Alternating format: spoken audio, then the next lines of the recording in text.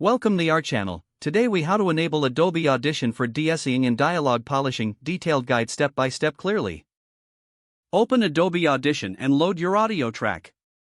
Select the track you want to work on within the multi-track view. Navigate to the effects rack panel on the left side of the interface. Click on the first empty slot in the effects rack. Choose Filter and EQ from the drop-down menu. Select de-esser from the submenu that appears. In the de-esser settings window, adjust the frequency slider to target the sibilant sounds. Typically, this range is between 5 kHz and 8 kHz. Use the threshold slider to set the level at which the de-essing effect activates. Increase the ratio to control how much reduction is applied to the sibilant sounds.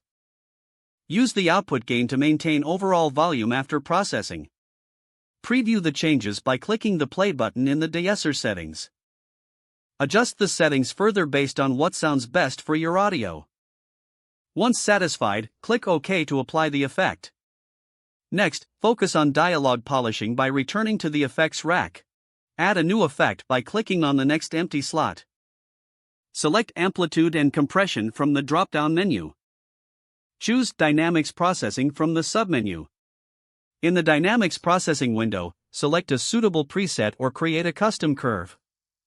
Adjust the threshold to manage the dynamic range of your dialogue. Use the attack and release settings to shape how the compression responds to the audio. Preview the effect to ensure it enhances the dialogue without compromising quality. Click OK to apply the dynamics processing once you're satisfied. If needed, you can apply additional effects like EQ or reverb for further polish. Remember to save your project regularly to avoid losing any changes.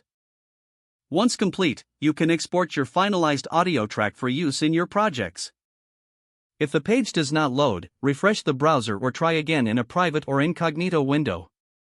Make sure you are using the correct email address, then retype it carefully to avoid small typos.